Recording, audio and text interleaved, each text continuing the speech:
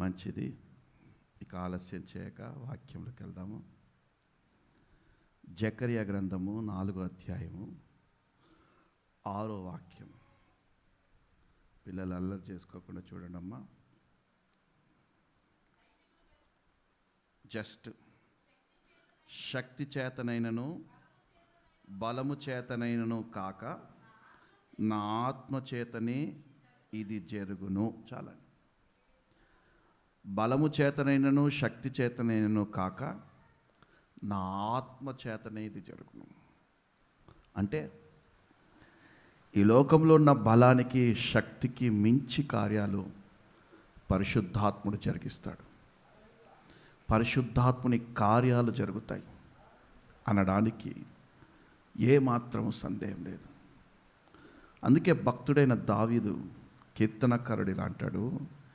కీర్తన గ్రంథము 51వ అధ్యాయము, కీర్తన గ్రంథం 51వ అధ్యాయము 11వ వాక్యం.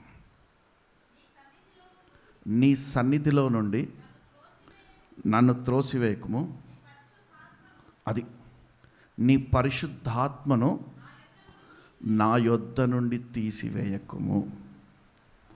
దావీదు ప్రార్థనలు డిఫరెంట్గా ఉంటాయి.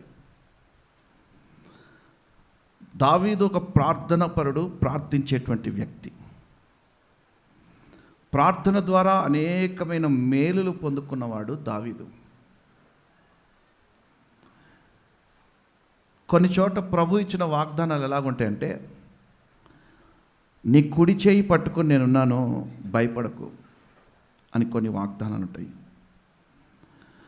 కొన్ని చోట్ల నీ మొర నేను ఆలకించి ఉన్నాను, నేను నీకు ఉత్తరం ఇస్తాను అని కొన్ని వాగ్దానాలు ఉంటాయి. కానీ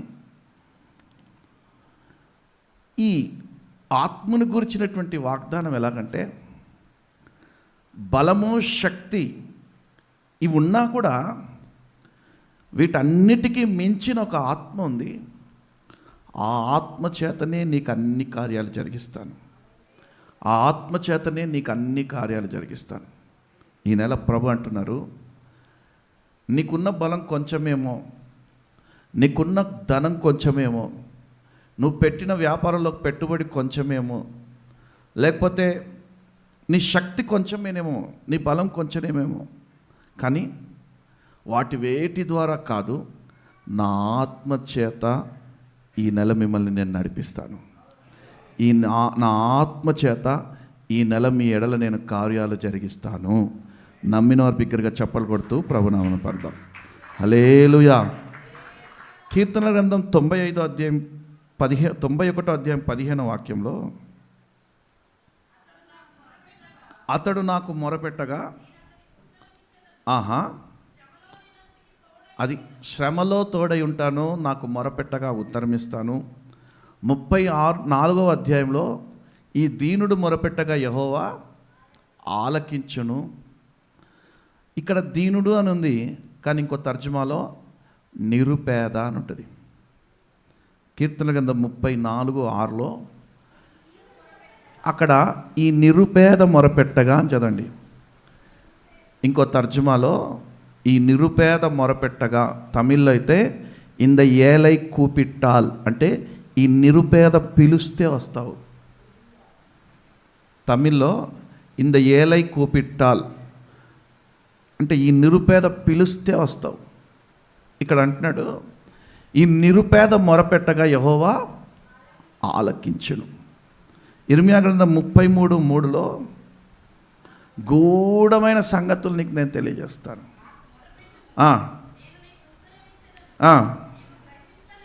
అంటే మనం ఆరాధించే దేవుడు పిలిస్తే పలుకుతాడు, అడుగుతే ఇస్తాడు.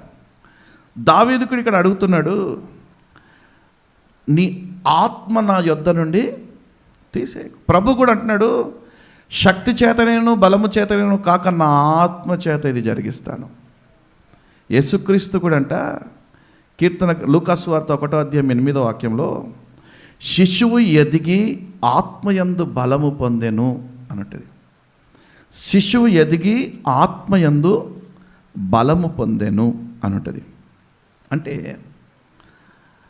ఒక మనిషి ఎదగాలి అంటే, ఒక మనిషి ఫలించాలి అంటే, ఒక మనిషి ఆశీర్వదించబడాలి అంటే,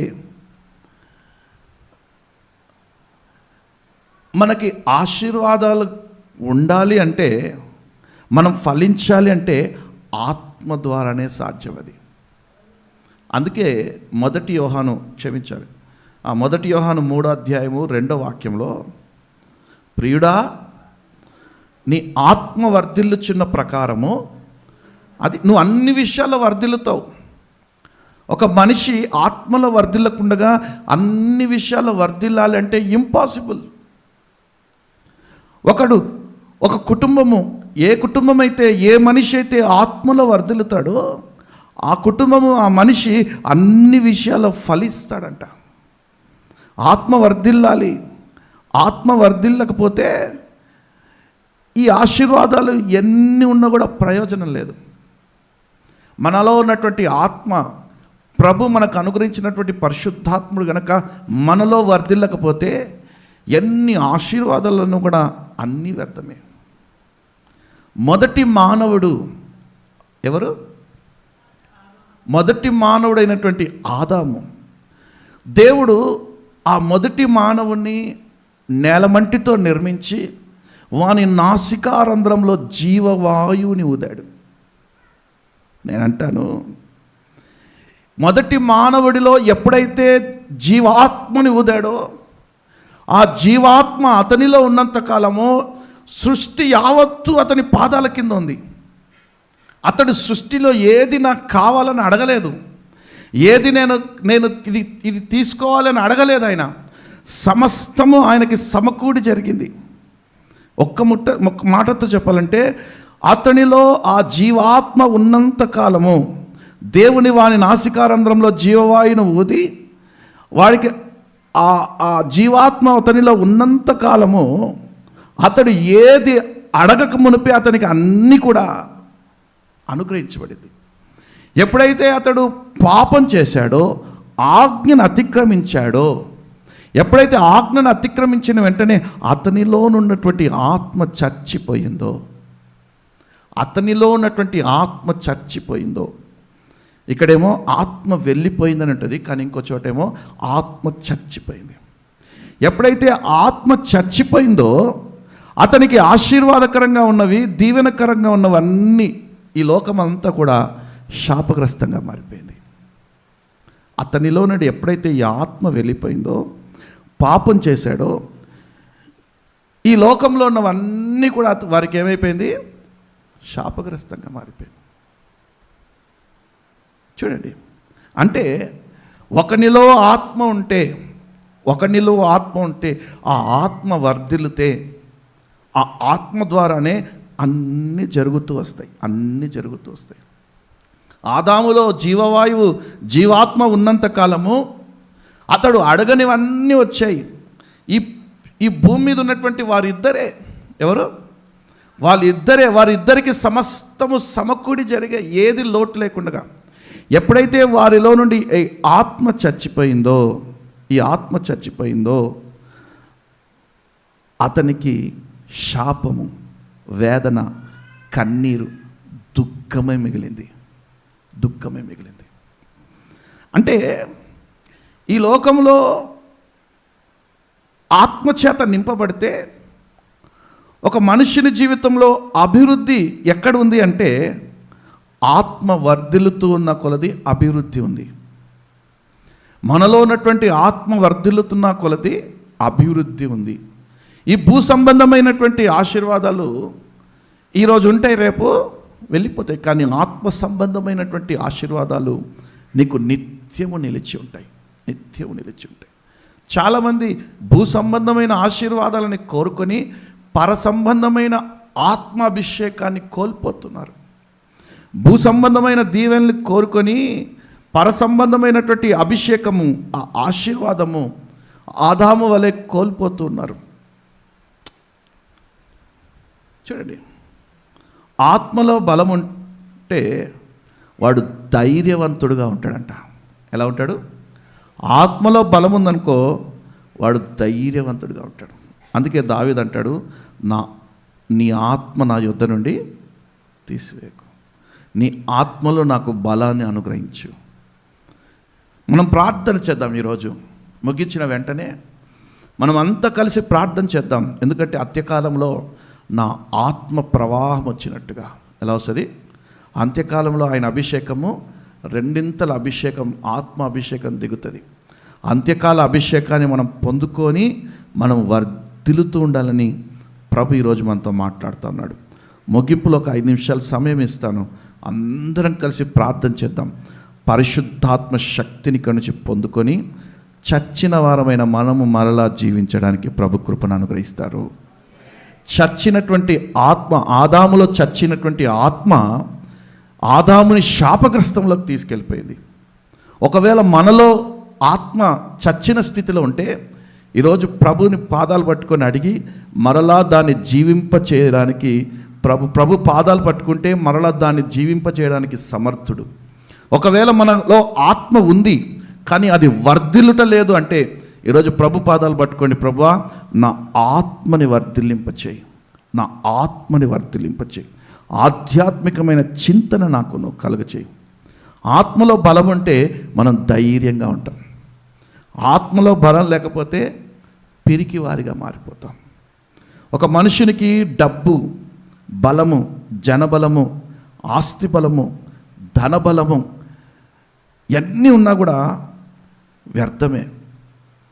నేను అంటాను, శరీరంలో బలం లేకపోయినా పర్లేదు, కానీ మన ఆత్మలో బలం ఉంటే ధైర్యవంతులుగా మారుతాం. హల్లెలూయా. ఉదాహరణకి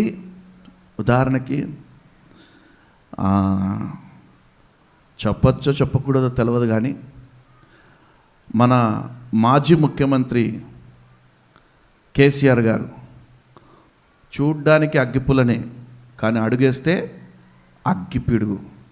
ఇది చూడ్డానికి అగ్గిపుల్లనే, అగ్గిపుల్లాగా, కానీ అడుగేస్తే అగ్గిపిడుగే. ఒక్కసారి స్పీచ్లో మొదలెట్టాడంటే వేల ప్రజల్ని ఆకట్టుకుంటాడు అంతే. నేనంటాను, ఈ భూ సంబంధమైనటువంటి ధైర్యం ఈరోజు ఉంటుంది, రేపు ఎక్కడో ఒక చోట సొమ్మసి వెళ్ళిపోతుంది కదా. అంత పెద్ద బలం గలటువంటి వ్యక్తే కూతురు దగ్గర ఓడిపోయాడు కదా. అందుకే నేను అంటాను, బలము చేత, ఈ భూ సంబంధమైన బలం చేత అన్నీ నడిపించుకోలేము మనం. ఆత్మ కలిగించు బలము చేత అన్నీ జరిగించగలుగుతాము. అంతే కదా. మంచిది. చూడండి, ఆదికాండము 49వ అధ్యాయము, అంతకంటే మునుపు యెషయా గ్రంథం 40 అధ్యాయం 31వ వాక్యం. యెషయా గ్రంథం 40-31 క్షమించాలి. యెహోవా కొరకు ఎదురు చూచువారు, అది ఆత్మ గనక మనలో ఉంటే, ఆత్మచేత మనం నింపబడితే, ఆత్మ బలాన్ని గనక మనం పొందుకుంటే ధైర్యంగా ఉంటామంట. యెహోవా కొరకు ఎదురు చూచువారు నూతన బలం పొందుకుంటారు. ఎందుకు నూతన బలం పొందుకుంటారంటే పైకి ఎగరడానికి. ఎందుకు నూతన బలం పొందుకుంటామంటే పైకి ఎగరడానికి. పైకి ఎగరడానికి నూతన బలం అవసరం. పైకి ఎగరాలి అంటే ఫస్ట్ పడుకున్న నీవు లేవాలి. ఎవరు? పైకి ఎగరాలి అంటే పడుకున్నటువంటి నీవు లేవాలి. చూడండి, దేవుని ఆత్మబలము లేని వాడికి, దేవుని ఆత్మబలం ఉన్నవాడికి కొన్ని వ్యత్యాసాలు నేను మీకు చూపిస్తాను. ఆదికాండం 49వ అధ్యాయము, ఆదికాండం 49వ అధ్యాయము 9వ వాక్యం. యూదా, అరే యూదా కొదమ సింహమా. ఇక్కడ యాకోబు తన కుమారులను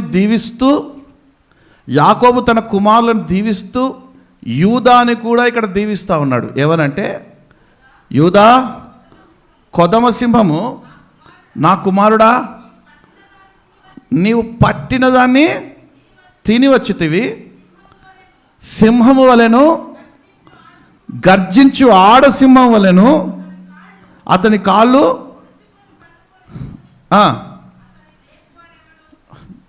సింహం అంటున్నాడు, ఆడసింహం అంటున్నాడు, కానీ ఏమయ్యాడు? ముడుచుకొని పడుకున్నాడంట.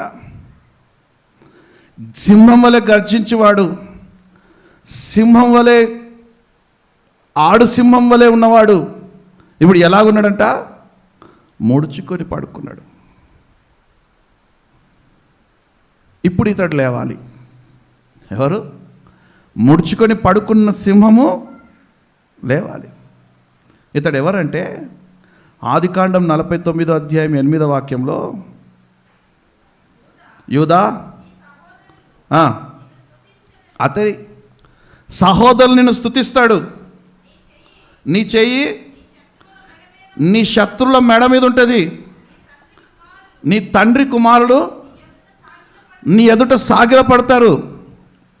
చూడండి, యూదా నువ్వు శత్రువుల మెడను పట్టుకుంటావురా, నీ అన్నలు నీ ఎదుట సాగిలపడతారు. అటువంటి యూదా ఆడు సింహం వలె నిక్కి నిలబడడం పోయి ఏం చేశాడంట? మంచి కాలు ముడుచుకొని బొబ్బున్నాడంట. హల్లెలూయా. ఇతనికి ఎంత బలం ఉంది! ఇతను యూదా సింహము. అతనికి యూదా నువ్వు సింహం వలె, ఆడు సింహం వలె అన్నాడు, కానీ ఇతడు పడుకున్నాడు. ఇతడు లేస్తేనే 8వ వచనము నెరవేరుతుంది. ఇతడు లేస్తేనే శత్రువుల మెడను పట్టుకుంటాడు, అన్నలు పాదాల మీదకి వస్తారు. ఇతడు లేస్తేనే, కానీ ఇతడు ఏమన్నాడు? కాళ్ళు ముడుచుకొని పడుకున్నాడు. చూడండి, ఒక్క విషయంతో చెప్పాలంటే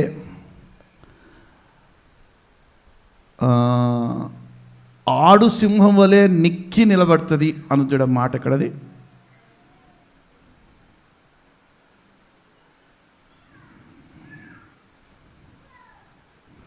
ఆడు సింహం వలె.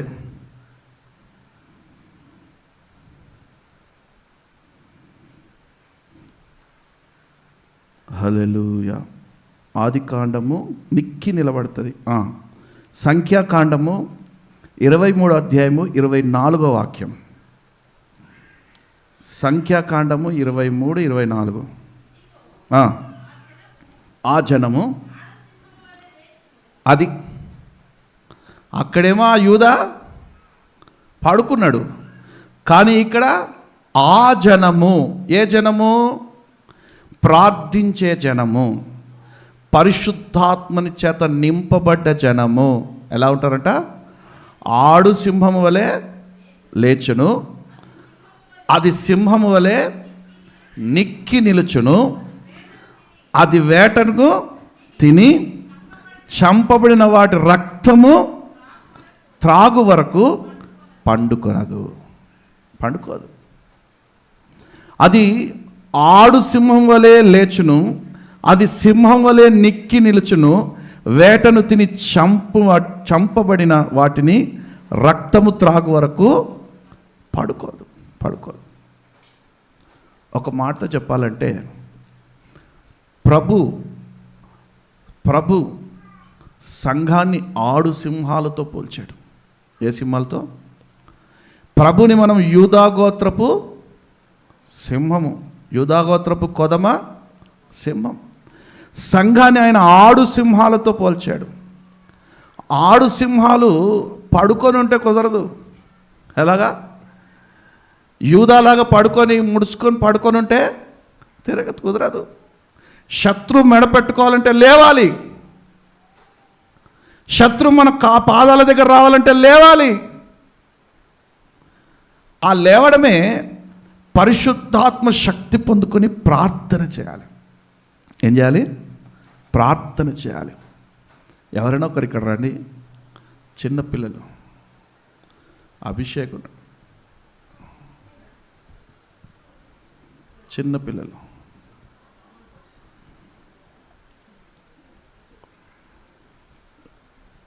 ఎవరైనా ఒకరు పొట్టి ఆధారా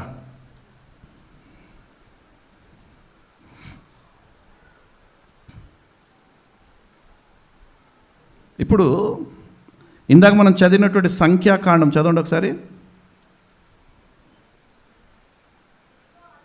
ఇదిగో ఆ జనము అంటే దేంతో పోల్చాను నేను? ఆడు సింహాన్ని దేంతో పోల్చాను? సంఘముతో పోల్చాను. దేంతో? సంఘంతో పోల్చాను. ఇప్పుడు ఈ ఆడు సింహము ముడుచుకొని పడుకోదు, ఉడకబెట్టి పడుకోదు. ఏం చేయాలంట? లేవాలంట. ఈ ఆడు సింహం ఎప్పుడైతే ప్రభు సన్నిధిలో వెళ్ళి మోకరించి ప్రార్థన చేస్తుందో, ఎవరైతే ఆత్మ చేత నింపబడతారో, ఏ ఆడు సింహం అయితే సంఘము ఆత్మ చేత నింపబడుతుందో, అప్పుడు లేచినటువంటి ఈ ఆడు సింహం అంట శత్రువు మెడబడుతుంది. అన్నమాట అది నీ చేయి నీ శత్రువు ఎక్కడ? నీ చేయి నీ శత్రువు మెడ మీద ఉంటుంది. అది నిక్కి ఇగో ఈ మెడను వంచేటమేమో ఈ ఆడు సింహం కింద ఏం చేస్తుంది? కాలు నిక్కి నిలబడి మరి శత్రువు మెడను వంచుతాడు. నమ్మిన దగ్గరగా చెప్పబడుతూ హల్లెలూయా, హల్లెలూయా. ఏ ఆడు సింహం అయితే ఆత్మ చేత నింపబడుతుందో, శత్రు మెడ మీద చెయ్యేసి దాన్ని వంచి పాదాల దగ్గర తీసుకొని వస్తుంది. అందుకే బలము చేత నేను, శక్తి చేత నేను కాక నా ఆత్మ చేత ఇది జరుగుతుంది. సింహము లేవాలి అంటే ఆత్మ కావాలి. ముడుచుకొని ఉన్న సింహం లేచి నిక్కి నిలబడి శత్రు మెడబట్టుకొని వంచి పాదాల దగ్గర పడేయాలంటే పరిశుద్ధాత్మ శక్తి కావాలి. పరిశుద్ధాత్మ శక్తి. అందుకే మీరు పోరాడున్నది మనుషులతో కాదు, అంధకార చీకటి శక్తులతోనూ దురాత్మల సమూహంతో మీరు పోరాడుతున్నారు. దురాత్మల సమూహంతో మీరు పోరాడాలి అంటే మీ శక్తి మీ బలము సరిపోదు, మీ ధనము మీ గుణము సరిపోదు. దేవుని ఆత్మ చేత నింపబడాలి ఒక్కొక్కరు. ఆ పరిశుద్ధాత్మ శక్తే మీ పక్షాన నిలబడి శత్రు మెడలు వంచేటట్టుగా చేస్తుంది, నిన్ను నిక్కి నిలబడేటట్టుగా చేస్తుంది. నమ్మిన బిగ్గరగా చప్పలు కొడుతూ ప్రభునామమున పడదాం. హల్లెలూయా. సింహమా లే, ముడుచుకొని పడుకున్నది చాలు. ఈ 9వ మాసం నా ప్రభు నిన్ను బలపరిచే మాసము. పడుకున్న నిన్ను లేపేటువంటి మాసం ఈ మాసము. నిన్ను గొప్పగా తన పరిశుద్ధాత్మ శక్తిని అనుగ్రహించి నిన్ను వాడుకుని పోయే నెల ఈ మాసము. నమ్మిన బిగ్గరగా చప్పలు కొడుతూ ప్రభునామమున పడదాం. హల్లెలూయా. తన పరిశుద్ధాత్మ శక్తిని అనుగ్రహించి నీ పక్షాన విజయోత్సవాలతో నిన్ను ఊరేగింప చేసే నెల ఈ నెల. నాకు చాలా ఇష్టమైన నెల 9వ నెల. అందులో కూడా 999 3 9s ఉంటాయి దీంట్లో. చూడండి, మళ్ళీ ఈ 3 9s ఎప్పుడు వస్తుందో నాకు కూడా తెలియదు. 9వ నెల, 9వ తారీఖు వచ్చే రేపటి రోజు 9వ తారీఖు 9వ నెల 2025. అది కూడా 9. అందుకే రేపు సాయంత్రం 5 గంటలకి ఎల్లుండి క్షమించాలి 9/9/9 సాయంత్రం 5 గంటలకి మన బ్యాంకెట్ హాల్ ఓపెనింగ్. అందరూ వచ్చేసేయండి యేసు నామములో. మన బ్యాంకెట్ హాల్ ఓపెనింగ్ అందరూ వచ్చేసేయండి. ఎందుకంటే 9 అంటే పిచ్చి. 9 వరాలన్నా 9 ఫలాలన్నా పిచ్చి. అందుకే ప్రభు సన్నిధిలో పాదాలు పట్టుకొని అన్ని గోజాడు అడుగుతూ ఉంటాను. మంచిది. ఈ 7వ తారీఖు రోజు అంటే 9వ నెల నాకు ఇష్టమైనటువంటి నెల. ఈ నెల నా ప్రభు మిమ్మల్ని తట్టి పురికొలిపి తన ఆత్మ బలాన్ని అనుగ్రహించేటువంటి నెల. నమ్మిన వారు బిగ్గరగా చప్పట్లు కొడుతూ తను అనుగ్రహించే ఆత్మీయ వరాలని పొందుకొనే సునామములో షాండారాలాబా. మంచిది. చూడండి, ఇతడు లేస్తే 8వ వాక్యము నెరవేరుతుంది, 8వ వచనము నెరవేరుతుంది. మీరు లేస్తే, ఆడు సింహమైన సంఘము లేస్తే అద్భుతాలే ఈ నెల. ఆశ్చర్య కార్యాలైన పడుకున్న వారు లేవాలి, ప్రార్థనలో లేవాలి, పరిశుద్ధాత్మ పొందుకునే విషయంలో లేవాలి. ఇక చాలు పడుకున్నది, ఇక చాలు. అంత్యకాల అభిషేకం నీ మీదికి రాకుండా వృధాగా పోతుంది. అంత్యకాల అభిషేకాన్ని నువ్వు లేచి అలా దాన్ని ఒడిసి పట్టుకొని నీ వైపుగా లాక్కోగలగాలి. అంత్యకాల అభిషేకాన్ని నా ప్రభు సమృద్ధిగా కుమ్మరిస్తానంటున్నాడు. చూడండి, మొదటి రాజుల గ్రంథము 19వ అధ్యాయము 4వ వాక్యం. మొదటి రాజుల గ్రంథము 19వ అధ్యాయము 4వ వాక్యం.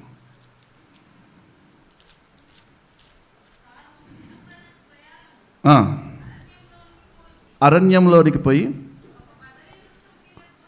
బదరీ వృక్షము కింద కూర్చుండి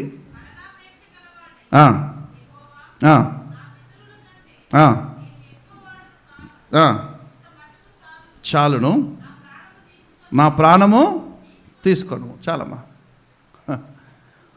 ఒక లెజెండ్ దైవ సేవకుడు, రాజులని సైతం గడగడ గడగడగడ వణికించిన వాడు ఇప్పుడు బదరీ వృక్షం కింద కూర్చున్నాడంట. కాసేపు అయితే పడుకుంటాడు. అవును, బదరీ వృక్షం కింద కూర్చున్నాడు. కింది వచనాలు వచ్చేసరికి పడుకున్నాడు. నేనంటాను, 4వ వాక్యంలో బదరీ వృక్షం కింద కూర్చుండి, కింద చదవండి అమ్మా. అది బదరీ వృక్షం కింద పడుకున్నాడు. బదరీ వృక్షం కింద పడుకున్నాడు. ఎవరు? బిజీగా ఉండాల్సిన సేవకుడు అండి, ఆత్మచేత నింపబడ్డవాడు. ఇదిగో ఆకాశం నుండి అగ్ని దిగును రాగా అనగానే అగ్ని దిగొచ్చింది. ఆయనకు నేను పెట్టిన పేరు అగ్నివీరుడు. ఆయనకు నేను పెట్టిన పేరు అగ్నివీరుడు. అగ్ని దిగును కాక దిగుతుంది అంతే. అతడు నిలబడిన స్థలంలో భూకంపాలే, అతడు నిలబడిన స్థలంలో గాలి తుఫానులే. అతడు మౌనంగా ఉంటే దేవుడు అతనితో మాట్లాడతాడు. అంత గొప్ప లెజెండ్ దైవ సేవకుడు బదరీ వృక్షం కింద పడుకొని నా ప్రాణం తీసేయి, నేను చచ్చిపోతా, ఇక నేను చేసిన సేవ చాలు, నేను పడిన ప్రయాస చాలు, నేను చచ్చిపోతాయిగా. మీలో ఎంతమంది లేరు కుటుంబ బాధ్యతను తట్టుకోలేక, పిల్లల ప్రవర్తనలు తట్టుకోలేక, మనకు కలుగుతున్నటువంటి ఈ ప్రతికూలమైన పరిస్థితులు, మనకి తారసపడుతున్నటువంటి ఈ ప్రతికూలమైన పరిస్థితులు మనకు ఎదురుపడుతుంటే దీన్ని మనము పోరాడలేక, జయించలేక, అప్పుల బాధలు ఒకవైపు, అనారోగ్యం ఒకవైపు, లేమి ఒకవైపు, కరువు ఒకవైపు, వస్త్రహీనత ఒకవైపు, అన్నీ లేదరా అంటే పిల్లల ప్రవర్తన ఒకవైపు, ఇవన్నీ కలిపి ఎందుకురా ఈ బ్రతుకు, చస్తే బాగుండు, ఇక చస్తే హ్యాపీగా ప్రభు ఒడిలోనే వెళ్ళిపోతాను అని అనిపేదట్రా? దుఃఖపడటం లేరా, బాధపడటం లేరా, కన్నీరు కార్చటం లేరా? ఒకానొక రాత్రులు నిద్ర లేకుండా, జోబు నిండా డబ్బు ఉంటే హ్యాపీగా నిద్ర వస్తుంది, చుట్టూ అప్పులు ఉంటే మాత్రం నిద్ర అసలు పట్టదు, నిద్ర పట్టదు. సమస్యలు, సుడిగుండాలు ఎదురుంటే నిద్ర పట్టదండి. తిన్నా కూడా వంట పట్టదు. మాంసము ఎముకలకి అతుక్కొని పోతుంది. ఎంత తిన్నా కూడా మాంసము పులాంచదు, అంటే మాంసము ఎతకదు, ఎముకలకు అంటుకుపోతుంది. చాలామంది అంటారు, ఏందే తింటలేవా ఇంత బక్కగైనా అంటే, ఇంట్లో సమస్యలకి ఇంకే నుంచి తిన్నది వంట పడుతుంది. పురుషుడు, ఏందన్నా ఇంత బక్కగా అవుతున్నావు ఏంటన్నా, షుగర్ కాదు ఏమైనా వచ్చిందంటే, ఏం లేదు తమ్ముడు, పరిస్థితుల ప్రభావం. పరిస్థితులు నన్ను కృంగదీసేసాయి. ఈ పరిస్థితులు నేను చచ్చిపోతే బాగుండు, ఈ పరిస్థితులు తాళలేక నేను పోతే బాగుండు తమ్ముడు అని చాలామంది అంటారు నాతోటి. ఈ ఏలియా పరిస్థితి కూడా అంతే. ఒక్క స్త్రీ బెదిరించిందని గచ్చ గచ్చ గచ్చ గచ్చ గచ్చ లాడిపోయి పరిగెత్తుకుంటూ వచ్చి బదరీ వృక్షం కింద పడుకొని పోయాడు. నేనంటాను, దేవదూత వచ్చాడు, ఆహారం పెట్టాడు, తిన్నాడు, మళ్ళీ పడుకుంటున్నాడు. దేవదూత వచ్చి లే లే లే అంటే లేస్తాడా? అది చదవండి, ఆ మాట చదవండి, అదే ఉంటుంది. ఒక దేవదూత వచ్చి అతన్ని ముట్టి, నీవు లేచి భోజనం చేయమని చెప్పాను, అతడు చూచినంతలో అతడి తల దగ్గర నిప్పుల మీద కాల్చబడిన అప్పమును కనబడను గనుక అతను భోజనం చేసి తిరిగి పడుకున్నాడు. సోమరిపోతాడు. ఆధ్యాత్మికమైన జీవితంలో కూడా 6 నెలలు మండుతారు, 7వ నెల తిరిగి పడుకుంటారు. మరలా ఏదో వాక్యం చేత వారిని తట్టి లేపి సేవకుడు వారి ఇంటికి వెళ్ళి బలపరిచరే, నీ ఆధ్యాత్మికమైన జీవితం ఇది కాదురా, పరిశుద్ధాత్మ శక్తి పొందుకున్న నీవు ప్రభు నిన్ను గొప్పగా వాడుకోబోతున్నాడు రా, అరే నిన్ను ప్రభు నడిపించబోతున్నాడు రా, ఇది కాదు. ఇలా పడుకొని ఉంటే, ఆధ్యాత్మికమైన జీవితంలో పడుకొని ఉంటే నువ్వు లేవలేవు, ఆ నిత్య రాజ్యాన్ని స్వతంత్రించుకోలేవు, లే అంటే అప్పుడు లేస్తారు వీళ్ళు నిద్ర మేల్కొని మరలా అప్పుడు మందిరానికి. అప్పటిదాకా వీళ్ళకి మందిరాలు మిస్ అవుతున్నాయనే సూడు స్వర్ణ ఉండదు, ఆదివారం ఆరాధన మిస్ అవుతున్న సూడు స్వర్ణ ఉండదు, ఆశీర్వాద కూడికకి పోలేకపోతున్నాను సూడు స్వర్ణ. ఏ ఆశీర్వాద కూడికలైతే ఆశీర్వాదాలు పొందుకున్నామో ఆ ఆశీర్వాద కూడికనే మర్చిపోతాం. అర్థమవుతుందా? అంటే అందరిని అంటలేనండి, ఓన్లీ మా సంఘాన్ని అంటున్నాయి. ఆశీర్వాద కూడికనే మర్చిపోతాం, ఇంట్లో పడుకుంటాం. ఏడా పడుకున్న వాళ్ళు చాలామంది ఉన్నారు. ఇప్పుడు ఆశీర్వాద కూడిక రాకుండా పడుకున్న వాళ్ళు చాలామంది ఉన్నారు. యేసు నామములో ఈ వాక్యం వారిని తట్టి లేపునుగాక. నమ్మిన బిగ్గరగా చెప్పలు కొడుతూ ప్రభునామం పడదాం. హల్లెలూయా. ఇప్పుడు ఈ ఏలియాని లేపుతున్నాడు దేవదూత. లే లే అతడు లేచాడంట. అతడు తిన్నటువంటి ఆహార బలం చేత 40 రాత్రింబగలు నడిచాడంట. 40 రాత్రింబగలు నడిచాడు. అలాగే మరణము చూడకుండా ప్రభు పరలోక రాజ్యాన్ని తనని కొనిపోయాడు. తనని తీసుకొని వెళ్ళిపోవడం కాదు, తనలో ఉన్నటువంటి పరిశుద్ధాత్మ శక్తిని తన శిష్యుడికి 2 పాలు ఇచ్చేసి వెళ్ళాడు. నమ్మిన వారి బిగ్గరగా చెప్పలు కొడుతూ ప్రభునామం పడదాం. హల్లెలూయా. పడుకున్నవారు లేవాలి. పడుకున్నవారు లేస్తే గొప్ప కార్యాలు జరుగుతాయి, అద్భుతమైన కార్యాలు జరుగుతాయి, ఆశ్చర్యమైన కార్యాలు జరుగుతాయి. ఇక్కడ పడుకున్న యూదా, కొదమ సింహమా నువ్వులే, ఆడు సింహమా నువ్వులే, నిక్కి నిలబడు, శత్రు మెడ నీ చేతికి వస్తుంది. పరిశుద్ధాత్మ చేత నింపబడు, శత్రు మెడ నీ చేతికి వస్తుంది. ఏలియాలే, నువ్వు కోల్పోయిన శక్తి మరలా నీకు అనుగ్రహిస్తాను. ఎప్పుడైతే ఏలియా లేచి నిలబడి రాత్రింబగలు నడిచాడో 2 అభిషేకం అనుగ్రహించడానికి అతనికి శక్తి కలిగిపోయింది. ఎంత గొప్ప దేవుడు కదండి. అంతా అయిపోయింది అనుకున్న చోట మరలా పునఃప్రారంభిస్తాడు. అంతా అయిపోయింది, ఇక సొమ్మసిల్లిపోయాం పడిపోయాం అనుకున్న చోట మరలా. ఇక్కడ ఏలియా అంతా అయిపోయింది, నా ప్రాణం తీసేసుకో, నేను చేసిన సేవ చాలు, సేవలో అనుభవించిన అవమానాలు చాలు, నిందలు చాలు, నీకోసం నేను ఒక్కడినే రోషం గలవాడనే నిలబడ్డాను. ఏలియా అదే అంటాడు, నా దేవుని కోసం నేను ఒక్కడినే రోషం గలవాడనే నిలబడ్డాను. దేవుడు అంటాడు, నువ్వు ఒక్కడి కాదులేరా, ఇంకా 400 మంది ఉన్నారు నాకు. అవును, ఒక్కడి కాదులేరా, ఇంకా 400 మంది ఉన్నారు. ఫస్ట్ నువ్వు మాత్రం ఆత్మ పొందుకున్నాడు అంటాడు ప్రభు. చూడండి, హల్లెలూయా హల్లెలూయా. నీ జీవితంలో కూడా శక్తి చాలక, బలము చాలక నీవు కూడా ఇక పడుకున్న స్థితిలో ఉన్నావేమో. నీ వ్యాపారము, నీ చేతి పని, నీ ఉద్యోగము, నీ జీవితంలో ఎదురవుతున్నటువంటి సమస్యలు, నీ స్థితిగతులు పడుకునేటువంటి పరిస్థితుల గుండగా వెళ్ళిపోయిందేమో. ఇక లేవడానికి నీకు శక్తి చాలటం లేదేమో. ఎక్కడి వరకు అంటే ఏలియా నీకు శక్తి చాలటం లేదేమో.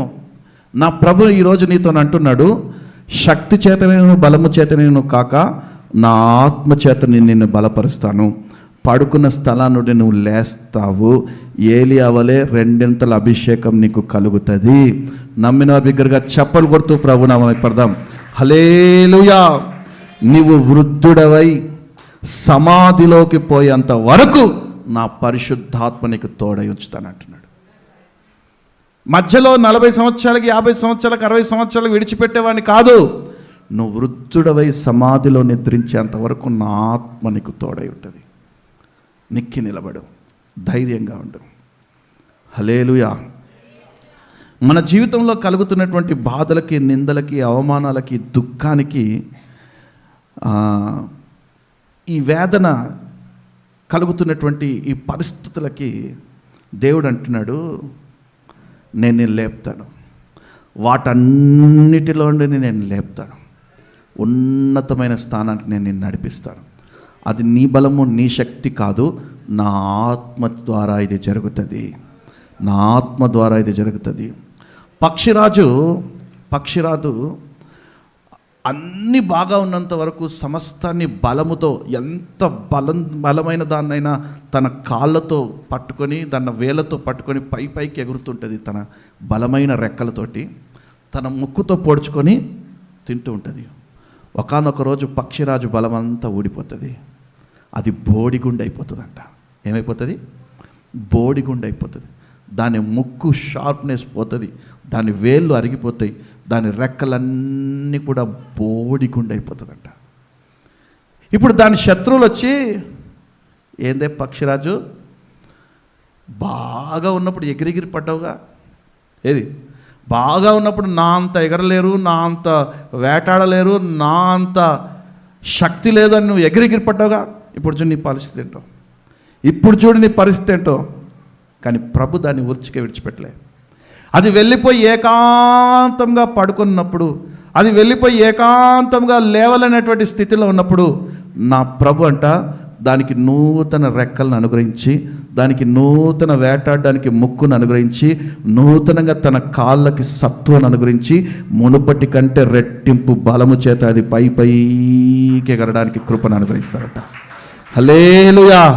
మన జీవితంలో కూడా అంతా అయిపోయింది అనుకున్న సమయంలో పరిశుద్ధాత్మ శక్తి మనతో అంటున్నాడు, ఇదిగో నీ బలము చేత కాదు, నీ శక్తి చేత కాదు, నా ఆత్మ ద్వారా నీకు బలాన్ని అనుగ్రహిస్తాను, నా ఆత్మ ద్వారా నేను పోషిస్తాను, నా ఆత్మ ద్వారా నేను నిన్ను నడిపిస్తాను. నిజమే కదా. ఎవరి ఆదాముల ఆత్మ ఉన్నంత కాలము ప్రపంచమంతా ఆయన పాదాల దగ్గర ఉంది. ఎప్పుడైతే ఆత్మ వెళ్ళిపోయిందో ఏమైపోయింది? ఆ ప్రపంచానికే శాపగ్రస్తుడిగా మారిపోయాడు. ఆ ప్రపంచమే అతనికి శాపగ్రస్తంగా మారిపోయింది. మంచిది. మొట్టమొదటి పాయింట్, లేవాలి, మనము లేచి నిలబడాలి. రెండవది, బలం. ఎందుకు లేచి నిలబడ్డప్పుడు మనకు బలం అనుగ్రహించబడుతుంది. రెండవది, ఎందుకు మనకి బలము? 2వ దినవృత్తాంతాల గ్రంథము 20వ అధ్యాయము 12వ వాక్యం. మొట్టమొదటిది మనము లేచి బలం పొందుకోవాలి. రెండవది, ఎందుకు బలం పొందుకోవాలి అంటే, చదవమా. నా దేవా, నీవు వారికి తీర్పు తీర్చవా? మా మీదికి వచ్చి ఈ గొప్ప సైన్యము యుద్ధము చేయుటకును మాకు శక్తి చాలదు, ఏమీ చేయుటకు మాకు తోచదు, నీవే మాకు దిక్కు చాలమ్మా. వీరెవరు అంటే, లేచి నిలబడ్డవారు. యెహోషాపాతు ప్రార్థన చేస్తా ఉన్నాడు నిలబడి, నీవు మాకు దిక్కు, నీవు తప్ప మాకు వేరొక దిక్కు లేదు అనేసి. ఒక క్రైస్తవుని జీవితంలో యుద్ధం చేయడానికి లేచి నిలబడాలి. యుద్ధం చేయడానికి లేచి నిలబడాలి. లేచి నిలబడాలంటే బలం కావాలి. లేచి నిలబడాలంటే బలం కావాలి. ఆ బలమే ప్రభు అనుగ్రహిస్తానంటున్నాడు మొదటి పాయింట్లో. రెండవ పాయింట్లో, బలం అనుగ్రహించినటువంటి నీవు, బలం అనుగ్రహించబడ్డటువంటి నీవుకు శక్తి కావాలి. ఎందుకంటే నీవు నిలబడడానికి, యుద్ధం చేయడానికి నీకు శక్తి సరిపోదు. నిర్గమకాండం 14వ అధ్యాయం 13వ వాక్యంలో, నిర్గమకాండం 14వ అధ్యాయము 13వ వాక్యంలో, ఊరకే నిలబడండి. ఏందండి? చదవండి అన్నమాట. మీరు ఊరక నిలిచుండి, ఇప్పుడు పడుకున్న వారు ఏమయ్యారు? లేచి నిలబడ్డాడు. నిలబడి బలం పొందుకున్నారు. ఇప్పుడు నిలబడ్డవారు ఏం చేయాలంట? యుద్ధానికి వెళ్ళొద్దు, పోరాడే అవసరం లేదు. నిలబడ్డవారు ఏం చేయాలి? ఊరకే నిలుచుండి చూడండి. యుద్ధం యెహోవాదే. ఇప్పుడు యెహోషాపాతు వాళ్ళు లేచి నిలబడ్డారు, కానీ పోరాడడానికి శక్తి చాలదు. ఊరకే నిలబడండి, నేను మీకు బలాన్ని అనుగ్రహిస్తాను. ఊరకే నిలబడండి, నేను మీకు శక్తిని అనుగ్రహిస్తాను. అంటే దేవుని రక్షణ చూడడానికి నువ్వు నిలబడి ఉండాలి. దేవుని రక్షణ కార్యాలు చూడడానికి నువ్వు సంఘంలో నిలబడి ఉండాలి. దేవుని శక్తిని చూడడానికి మనము నిలబడాలి. సంఘములో ఆధ్యాత్మికమైన భక్తిలో మనం నిలబడాలి. భక్తిలో సన్నగిలిపోకూడదు మనము. నువ్వు భక్తిలో నిలబడినంత కాలము ఎన్ని శ్రమలనే శోధనలు నీ మీదకి వచ్చినా కూడా నువ్వు నిలబడి మౌనంగా ఉండు. నువ్వు నిలబడి మౌనంగా ఉండు. నీ పక్షాన నా ప్రభు యుద్ధం చేసి నిన్ను విజయోత్సవాలతో ఊరేగింపచేస్తాడు. దేవుని శక్తి చూడాలి అంటే నువ్వు నిలబడాలి.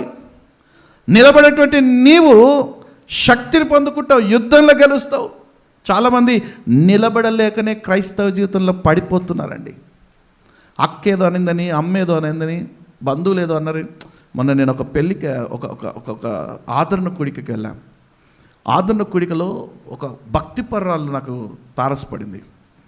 తనంటది, 30 సంవత్సరాల నుంచి నేను ఒక్కదాన్నే నిలబడ్డానయ్యా. చుట్టూ అన్యజనాంగము, చుట్టూ బంధువులు. ఎప్పుడైతే ఈ దేవుని అంగీకరించానో వెంటనే రాక్షసులాగా మీద పడ్డారు. ఏం మతం మారిపోయావా? ఏంది వేరే దేవుని అంగీకరించేసావా? ఇంగ్లీష్ వాళ్ళ దేవుని పట్టుకున్నావా? నీకు సిగ్గుందా? మన దేవుని విడిచిపెడతావా? నువ్వు ఈ దేవుణ్ణే పట్టుకున్నావా?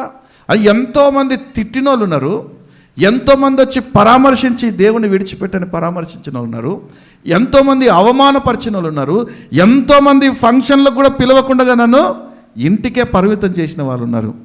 కానీ వాటన్నిటిని తట్టుకొని నేను ఒక్కదాన్ని నిలబడ్డానయ్యా. సాక్ష్యం గొప్పది కాదు. నేనంటాను, తనంట దేవునికి సమర్పించుకొని సమస్తాన్ని తీసేసిందంట. కమ్మలు, గాజులు దేవునికి సమర్పణ కలిగించింది. ఇక అప్పుడు అంటారంట, ఏంది భర్త చనిపోతే కదా అవన్నీ తీస్తాను, నువ్వు ఏంటి అసలు ఇది? సరే దేవుణ్ణి నమ్ముకున్నావు పర్లేదు, దేవుణ్ణి నమ్ముకున్న తర్వాత ఇవన్నీ కూడా తీయాలంటే అప్పుడు కూడా ఆమె మౌనంగా ఉండి నిలబడిందంట. చాలామంది వచ్చి మళ్ళొకసారి పెట్టుకో, ఫంక్షన్లకు మాత్రమే పెట్టుకో, మిగతా కూడా అంటారు. చాలామంది ఈ విషయం చెప్పొద్దో చెప్పకూడదో తెలియదు, కానీ పరిశుద్ధాత్ముడు నన్ను ప్రేరేపిస్తున్నాడు చెప్పమని. చాలామంది బొట్టు పెట్టుకునే విషయంలో కూడా నిలబడలేకపోతున్నారండి క్రైస్తవ్యులు. అర్థమవుతుందా? మొన్న ఒక గొప్ప దైవసేవకుడు చక్కటి రీల్ చూశాను నేను. సేవకుడు ఎదురుపడగానే, యేసన్న గారు ఎదురుపడగానే ఒక స్త్రీ అంట సంఘానికి వచ్చే ప్రార్థన పర్రాలి అంట, బాప్తిసం పొందిందంట. యేసన్న గారు ముందు పడగానే అమ్మ ప్రైజ్ ద లార్డ్ అమ్మా అనంట. ఈమెనందంట ప్రైజ్ ద లార్డ్. ఇదేంట్రా, ప్రైజ్ ద లార్డ్ ఇలాగైనా అనాలి, ప్రైజ్ ద లార్డ్ ఇలాగైనా అనాలి, ప్రైజ్ ద లార్డ్ ఇలాగైనా అనాలి, ఇదేం కొత్త స్టైల్ రా, ప్రైజ్ ద లార్డ్ అయ్యా. ఈ గ్యాప్లో బొట్టు దుడిపేసిందంట. ఈ గ్యాప్లో ప్రైజ్ ద లార్డ్ అయ్యా బొట్టు దుడిపేసిందంట. అంటే ఈ చిన్న చిన్న వాటి మీద ప్రభు సన్నిధిలో నిలబడలేకపోతున్నారు. వాళ్ళేమంటారు, వీళ్ళేమంటారు అంటే మనుషులని సంతోషపెట్టేవారిగా ఉన్నాం, కానీ దేవుని సంతోషపెట్టేవారిగా మనము ఉండలేం.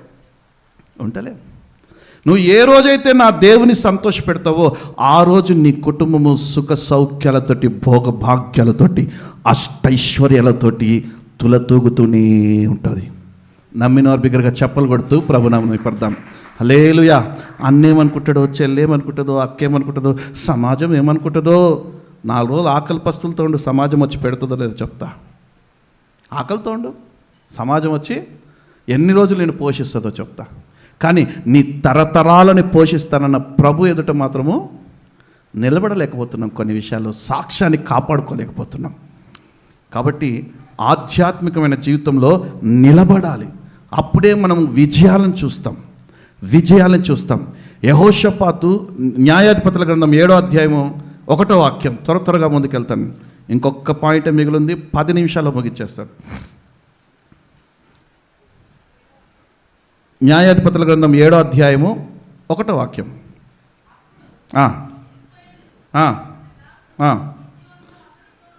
గిద్యోనును అతనితో కూడిన జనులను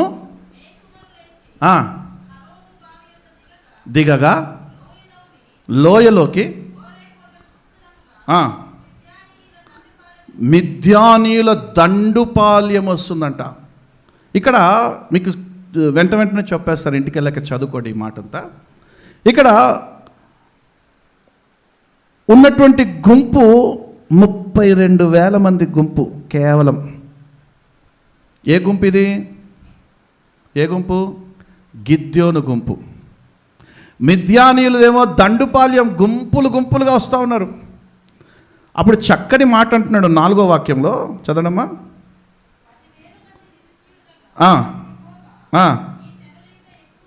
చాలమ్మా. ఇక్కడ 32,000 మంది గిద్యోను పక్షాన ఉన్నారు. దేవుడు అంటారు, అరే ఈ 30,000 మందిలో ఊపు ఎగిరిపోయే వాళ్ళు ఉన్నారా కొంతమంది, ఏం చేయాలి ప్రభు వీళ్ళని అంటే, అరే టెస్ట్ చేయి. సైన్యంతో పోరాడతారా, వెనుతిరిగి పారిపోతారా? మిద్యానుల సైన్యంతో పోరాడడానికి నిలబడతారా, వెనుతిరిగి పారిపోతారా? అంటే దొరికిందే ఛాన్స్ అని 22,000 మంది జంపు ఇంటికి. మిగిలింది ఎంతమంది? 10,000 మంది. ఈ 10,000 మందిని ప్రభువా అప్పటికే సగం కోత వేసేసావు, ఇంకేం చెప్పు ఇప్పుడు మ్యాటర్ ఏంది? ఈ 10,000 మందితో పోవాలని చూద్దానికంటే వద్దు, ఇది కూడా ఎక్కువనేరా. అదేంటి ప్రభా, అక్కడేమో దండుపాలెం గుంపులు గుంపులు, ఇక్కడ ఈ 10,000 మందితో యుద్ధానికి వెళ్ళకపోతే ఎట్లా? చెప్పింది చెయ్యి. సరే వీళ్ళని నీటిలో దింపు. ఏది? వీళ్ళని నీటిలో దింపు, వాళ్ళని నీళ్ళు తాగమని. వారి ప్రవర్తనను బట్టి కొంతమందిని పక్కా దిద్దాం, మిగతా మందిని పక్కా దిద్దాం. ఈ 10,000 మంది గుంపుని నీటిలో దింపగానే అక్కడ మీకు కింద వాక్యంలో కనిపిస్తుంది, కొంతమంది అంట స్టైల్గా నీళ్ళని ఎట్లా మురికి నీళ్ళలో కూడా వీళ్ళు నీట్నెస్ ఎత్తుక్కునే టైప్. ఇది భక్తి జీవితంలో కూడా అంతే, కొన్ని చేద్దామో వద్దా ఈ భక్తి అనే టైప్ వీళ్ళది. ఈ గిద్యోను దగ్గర కూడా ఇట్లాంటి భక్తి పనులే ఉన్నారు, యుద్ధ వీరులు ఉన్నారు. ఇట్ట చెరిపి స్టైల్గా తాగుతున్నారంట. కొంతమంది ఏమో దిగగానే కుక్కలాగా గతుకుతున్నారట. ప్రభు అన్నాడు, అరే ఈ స్టైల్ వాళ్ళందరూ మనకు అవసరం లేదు, తీసేయి.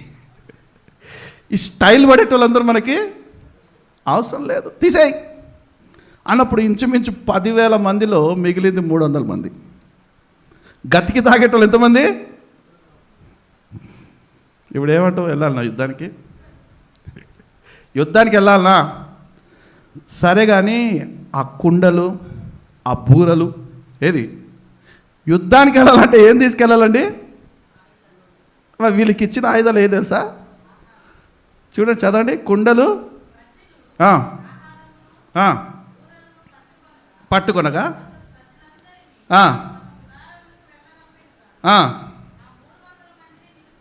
చాలండి. ఆ 300 మందిని నిలుపుకొనేను.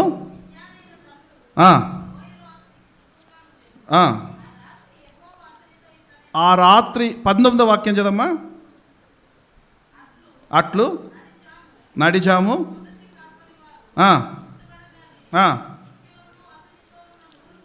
అతనితోనున్న 100 మందియు ఏం చేస్తున్నారంట? యుద్ధానికి వెళ్ళిన వాళ్ళు బూరలు యూతున్నారంట. తమ చేతిలో ఉన్న కుండను పగలగొట్టారంట. అట్లు 3 గుంపుల వారు బూరలు ఊదుచు కుండలు పగలగొట్టి ఎడమ చేతులలో దివిటీలను, కుడి చేతులలో ఈ ఆయుధాలు ఎక్కడవా మీకు? నేనంటాను 300 మంది మిగిలారు.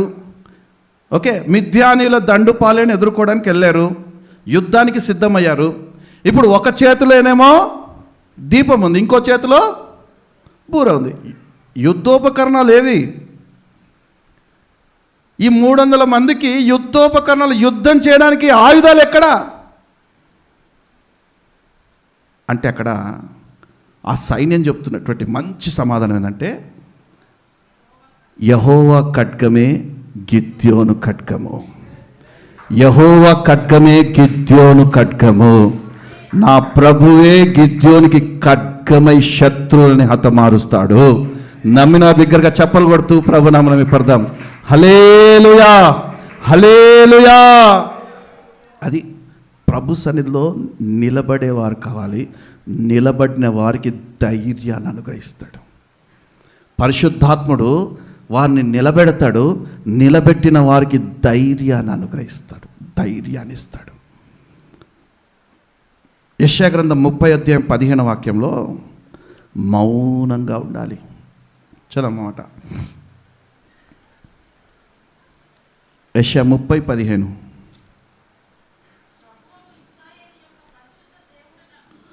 ప్రభువుకు ఇశ్రాయేలు దేవుడి యొక్క పరిశుద్ధ దేవుడగు యెహోవా ఇలాగు సెలవిచ్చున్నాడు, మీరు మరలి వచ్చి ఊరకుండుట వలన నిలబడితే చాలు. నా ప్రభు కోసం నువ్వు సమర్పించుకొని నిలబడితే చాలు. నువ్వు, నీ కుటుంబము, నీ తరతరాలు రక్షించబడతారు. నిలబడే సత్వ లేకనే క్రైస్తవ్యం పడిపోతుంది ఈరోజు. భక్తి జీవితంలో నిలబడలేకనే, క్రీస్తు కోసం తెగింపు లేకనే. కానీ ఆ పాట మాత్రము నీ కొరకు ఏదైనా చేసేందుకు ఇచ్చితివి బలమైన, కానీ ఏం చెయ్యం. పాట అయితే పాడతాం, ప్రభు కోసము అస్సలు మన ఆస్తులు కరగద్దు, మన ఒళ్ళు కరగద్దు, ఆయన ప్రభు ఇచ్చేయాలి. ప్రభు కోసం మాత్రం మనం నిలబడి ఏమి, ఈరోజు నుంచి గిద్యోను సైన్యం నిలబడినట్టు, యెహోషాపాతు సైన్యం నిలబడినట్టు, ఈరోజు నా ప్రభుకి నువ్వు కూడా ఒక సైన్యం వల్ల నిలబడగలుగుతావా? నిలబడగలిగితే నా ప్రభు నీకు బలాన్ని అనుగ్రహించడానికి సిద్ధంగా ఉన్నాడు. బలాన్ని అనుగ్రహించిన నీ పక్షాన నా ప్రభు యుద్ధం చేయడానికి సిద్ధంగా ఉన్నాడు. నీ శత్రువులు నీ పాదాల దగ్గర వచ్చే అంతవరకు నా ప్రభు నీ పక్షాన్ని నిలబడి యుద్ధం చేర్గిస్తూనే ఉంటాడు. నమ్మిన బిగ్గరగా చప్పలు కొడుతూ ప్రభు నామమున పడదాం. హల్లెలూయా. చివరి పాయింట్ చెప్పి ఇక ముగిచ్చేస్తాను నేను. హెబ్రీలకు రాసిన పత్రిక 11:11. హెబ్రీలకు రాసిన పత్రిక 11:11.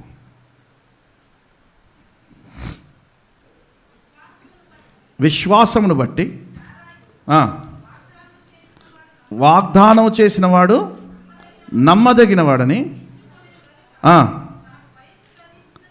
తాను వయసు గతించినదైనను గర్భము ధరించుటకు శక్తి పొందెను. నేను అంటాను, ఎప్పుడో 75 సంవత్సరాల క్రితం వాగ్దానం చేశాడు ప్రభు. ఏమని? నీ సంతతి అబ్రహాము, నేను నీకు, నీ సంతతి ఆకాశ నక్షత్రాల కంటే, ఇసుక రేణువుల కంటే అవుతుంది. నువ్వు బయలుదేరి నీ తండ్రి ఇంటి నుండి, నేను చెప్పబో దేశానికి, నీ దేశం నుండి, నీ తండ్రి ఇంటి నుండి నేను చెప్పబో దేశానికి బయలుదేరు. అంటే అన్నిటినీ విడిచిపెట్టు, నా కోసం బయలుదేరు. నేనున్నానన్న నమ్మకంతో బయలుదేరు. నేను నీ సంతానాన్ని అభివృద్ధి చేస్తాను, ఆకాశ నక్షత్రాల కంటే, ఇసుక రేణువుల కంటే. నేను అంటాను, మన శారమ్మ, ఈ వాగ్దానం నాకు కాదు, మా ఆయనకే. ఎవరికి? చూడండి, ఆదికాండం 16:2. ఆదికాండం 16:2. ఇదిగో నేను పిల్లల్ని కనకుండా యెహోవా చేసి ఉన్నాడు, దయచేసి నా దాసితో పొమ్ము, ఒకవేళ ఆమె వలన నీకు సంతానము కలగవచ్చు. అంటే దేవుడిచ్చిన వాగ్దానం నీ ద్వారా నెరవేరుతుంది, నా ద్వారా కాదు. ఎవరి ద్వారా? ఈ వాగ్దానం నమ్మని మూర్ఖులు ఇట్లనే ఉంటారు. ఆశీర్వాద కూడికలో ప్రతి నెల ఒక వాగ్దానం ఇస్తూ ఉంటే దాన్ని వడిసి పట్టుకొని ప్రార్థనలు పెట్టి నానాటికి ప్రార్థన చేస్తూ ఆ నెలంతా పోషించబడుతున్న వారు ఉన్నారు. కొంతమంది ఆశీర్వాద కూడికలో ప్రభు ఇచ్చిన వాగ్దానం ఏంటంటే, అన్నా ఎక్కడన్నా పొద్దున్న లేస్తే పని, ఉద్యోగం, ఈ టెన్షనే. అంటే వాగ్దానం నాకు కాదన్నా. ఎవరికి వాగ్దానం? మీకు కాదన్నా. గాలికా, ఈ పిల్లర్లకా, ఈ రేక్క? ఎవరికి వాగ్దానం? మీకే. ఆ వాగ్దానాన్ని ఒడిచిపట్టుకొని ప్రార్థన చేస్తే ఆ వాగ్దానం నీ జీవితంలో నెరవేరుతుంది. కానీ ఇక్కడ శారా అంటుంది, వాగ్దానం నాకు కాదు, నా గర్భము మూతివైపడింది, నీకు నెరవేరుతుందేమో ట్రై చేసుకో. ఏది? నీకు నెరవేరుతుందేమో ట్రై చేసుకో, నీకే వాగ్దానం అని భర్తతోనే అంటుంది. చూడండి, అబ్రహాము కూడా ఆదికాండం 17:17లో అబ్రహాము సాగిలపడి నవ్వి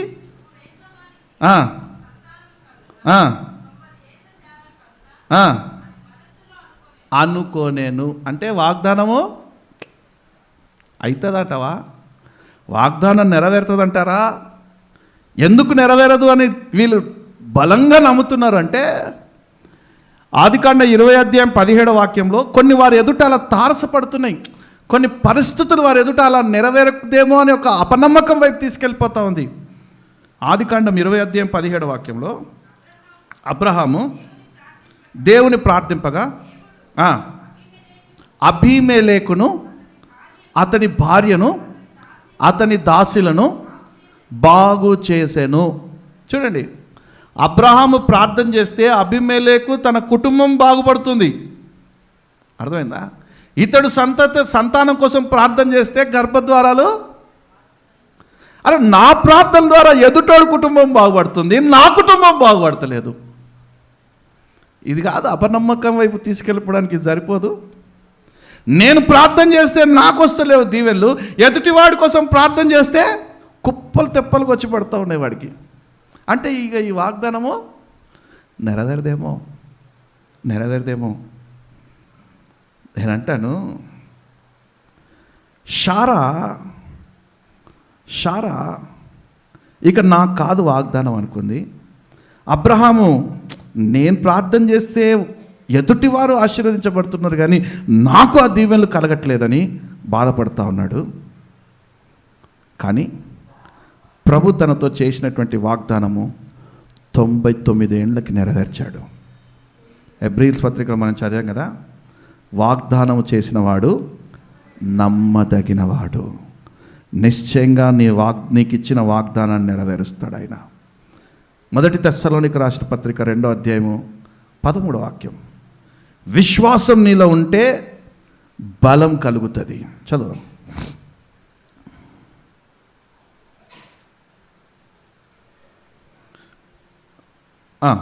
1 తెస్సలోనికీయులకు రాసిన పత్రిక 2:13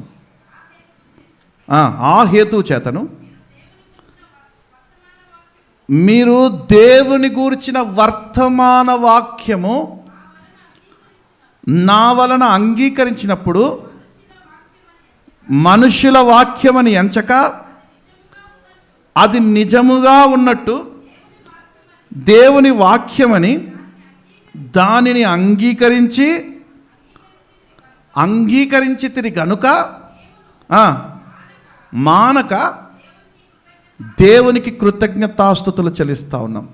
ఆదిమ అపోస్తుల సంఘము విశ్వాసులు ఎలాగంటే, సేవకుడు ఒక వాగ్దానము, సేవకుడు ఒక వాక్యాన్ని విడుదల చేస్తే అది మా కోసమే. ఎవరి కోసమే?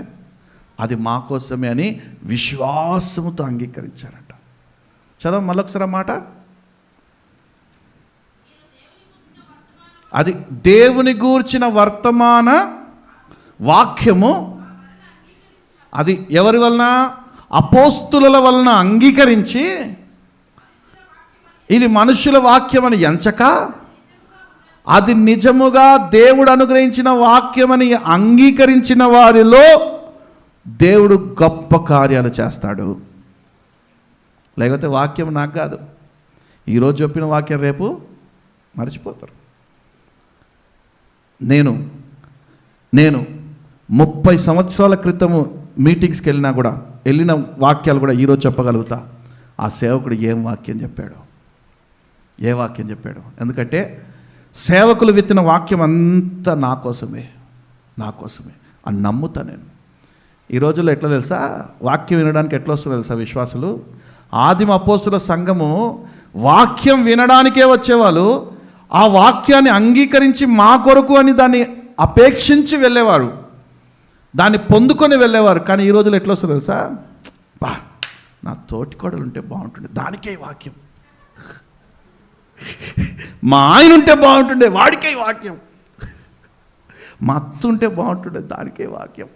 అంటే దానికి వాడికి కానీ నీకు కాదా వాక్యం? అర్థమవుతుందా? ఈ వాక్యము వాళ్ళకి కానీ నీకు కాదు. అందుకే ఆదిమ అపోస్తుల సంఘం ఇలా లేదబ్బా, వాక్యం నాకే, వాక్యము నా కోసమే. కొన్ని హృదయాన్ని నొచ్చుకునే మాటలు వచ్చాయనుకో బాధపడతారు, కానీ వాత వేయబడిన మనస్సాక్షులు ఏం చేస్తాయంటే అన్నంతేలే ఎప్పుడు అట్లా చెప్తుంటాడు, నా కోసం కాదులే అని సమర్థించుకుంటాడు. సాతాను పట్టినాడు. వాక్యం నా కోసం కాదులే అని వెంటనే మారు మనసు దిశగా వెళ్ళకుండా, నా కోసమే అని మారు మనసు దిశగా వెళ్ళకుండా, నా కోసం కాదులే, వాడు అంతమంది ఉన్నారు, వాళ్ళ కాకుండా నాకుంటుందా? ఫస్ట్ స్టెప్పు మైమక్కం దాటాలి, తర్వాత అక్కని దాటాలి, తర్వాత కదా వెనకకి రావాలి. అది ముందులో అయితే వెనకాల వాళ్ళకి ఫస్ట్ అక్కడ రావాలి, తర్వాత నాకు వస్తుందిలే ఎప్పుడో అనుకునే రకాలు. ఈ శారా జీవితంలో, అబ్రహాం జీవితంలో ఎప్పుడైతే వాగ్దానాన్ని విశ్వసించి ఒడిసి పట్టారో, వాగ్దానాన్ని విశ్వసించుట ద్వారా దేవుడు వారి జీవితంలో గొప్ప కార్యం చేశాడు, బలాన్ని అనుగ్రహించాడు. వాగ్దానాన్ని నమ్మడం ద్వారా, వాక్యాన్ని నమ్మడం ద్వారా దేవుడు వారి జీవితంలో బలాన్ని అనుగ్రహించారు. చివరికి ఒక మాట చెప్పి ముగించేస్తాను కదా. అపోస్తుల కార్యంలో 1వ అధ్యాయము 8వ వాక్యం. అపోస్తుల కార్యంలో 1వ అధ్యాయం 8వ వాక్యం. ఆయనను పరిశుద్ధాత్మ మీ మీదికి వచ్చినప్పుడు మీరు శక్తి నొందుతారు. బలము చేతనైనను శక్తి చేతనైనను కాక నా ఆత్మ చేత ఇది జరుగును. ఆ ఆత్మ మీ మీదకి వచ్చినప్పుడు మీరు బలము నొందుతారు. యోహాను సువార్త 1వ అధ్యాయం 17వ వాక్యం. యోహాను సువార్త 1వ అధ్యాయం 17వ వాక్యం. ధర్మశాస్త్రము మోషే ద్వారా అనుగ్రహించబడింది, కృపయు సత్యమును క్రీస్తు యేసు ద్వారా అనుగ్రహించబడిను. హల్లెలూయా. నేనంటాను, అబ్రహాము, యెహోషాపాతు, గిద్యోను, వీళ్ళందరి జీవితాలు మనం చూసాం కదా. వాళ్ళందరి జీవితంలో కేవలం ఆత్మ ద్వారానే నడిపించినట్టుగా మనం చూస్తూ ఉన్నాం. కానీ ఈ నూతన నిబంధనకు పిలువబడ్డటువంటి మనము క్రీస్తు యేసు శక్తి చేత కేవలం పరిశుద్ధాత్మ మాత్రమే కాదు, కృప కూడా మనకి తోడైందంట. అందుకే కృప క్రీస్తు యేసు ద్వారా కలిగెను, కృపయు సత్యమును యేసుక్రీస్తు ద్వారా కలిగెను. అక్కడ చక్కని మాట ఉంటుంది 18లో, ఎవడును ఎప్పుడునూ దేవుని చూడలేదు, తండ్రి రొమ్మున ఆనుకొని అద్వితీయ కుమారుడే ఆయన్ని బలపరచెను, ఆయన్ని కనపరచెను. హల్లెలూయా. కాబట్టి చూడండి, మనము పరిశుద్ధాత్మ పొందుకునేది ఎందుకంటే లేవడానికి. లేచినటువంటి మనము నిలబడాలి, నిలబడినటువంటి మనము బలం పొందుకోవాలి, బలం పొందుకున్నటువంటి మనము ప్రభుకి సాక్షిగా ఉండాలి. ఏముండాలి? ప్రభుకి సాక్షిగా ఉండాలి. ప్రార్థన చేద్దాం అందరం. ఈ నెల ప్రభు ఇచ్చిన వాగ్దానము జకర్యా గ్రంథం 4వ అధ్యాయం 6వ వాక్యము, శక్తి చేతనైనను బలము చేతనైనను కాక నా ఆత్మ ద్వారానే ఇది జరుగును. చివరిలో మనం చదువుకున్నది అపోస్తుల కార్యములో 1వ అధ్యాయము 8వ వాక్యము, పరిశుద్ధాత్మ మీ మీదికి వచ్చినప్పుడు మీరు శక్తి నొందుతారు. ఇప్పుడు నా ప్రభు మీరు ఏదైనా చేయడానికి సమర్థుడు, మీ కొరకు ఏదైనా చేయడానికి సమర్థుడు. మీరు పరిశుద్ధాత్మని పొందుకున్నట్టయితే, చూడు, గిద్యోను సైన్యం దగ్గర ఏం లేదు, దివిటీలు ఉన్నాయంట, బూరలు ఉన్నాయంట. ఖడ్గాలు లేవు వారి దగ్గర, ఆయుధాలు లేవు. శత్రువులతో అంటున్నారు, యెహోవా ఖడ్గమే గిద్యోను ఖడ్గము. గిద్యోను పక్షాన నిలబడింది యెహోవానే. మా బలము, మా శక్తి, మా ఆయుధాలు కాదు, తన ఆత్మ చేతనే గిద్యోన్ని గెలిపించాడు ప్రభు. ఈరోజు నీ పక్షాన కూడా నా ప్రభు నిలబోతా ఉన్నాడు. ఆయన పరిశుద్ధాత్మ చేత నిన్ను బలపరచబోతా ఉన్నాడు. ఈ జీవన గమనంలో, ఈ జీవిత పోరాటంలో నా ప్రభు నిన్ను గొప్పగా నిలబెట్టబోతా ఉన్నాడు. ఉన్నతంగా విజయోత్సవాలతో ఊరేగింప చేయబోతా ఉన్నాడు. నువ్వు వాగ్దానాన్ని విశ్వసించి దాన్ని ఒడిసి పట్టుకున్నట్టయితే వాగ్దాన బలము చేత నా ప్రభు నిన్ను నడిపించబోతా ఉన్నాడు. ప్రార్థన చేద్దాం, ప్రార్థన చేద్దాం అందరం. హల్లెలూయా, హల్లెలూయా, హల్లెలూయా, హల్లెలూయా. వినేడి హల్లెలూయా. స్తోత్రం, స్తోత్రం, స్తోత్రం. అందరం వీలైతే లేచి నిలబెడదాం. అందరం చాలాసేపు నుంచి కూర్చున్నాం కదా, లేచి నిలబెడదాం. హల్లెలూయా, హల్లెలూయా, హల్లెలూయా, హల్లెలూయా. శాందరాలాబా ఓ రిమాందరాంజా కేంతురాలాబా షరాలాబాబా. హల్లెలూయా, హల్లెలూయా, హల్లెలూయా, హల్లెలూయా, హల్లెలూయా, హల్లెలూయా.